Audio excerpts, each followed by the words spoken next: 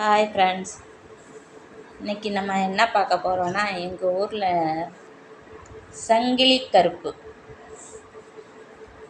திருவிழா. அதுக்கு சாமி வந்திருக்கு, அன்னதானம் எல்லாம் போடுறாங்க. கும்பல் சரியான கும்பல்.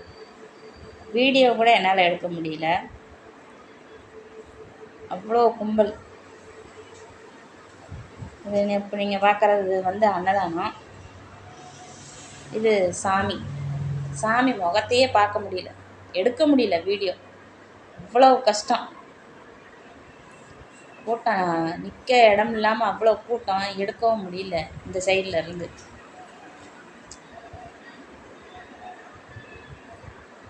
அங்கே தூரத்தில் தெரியறது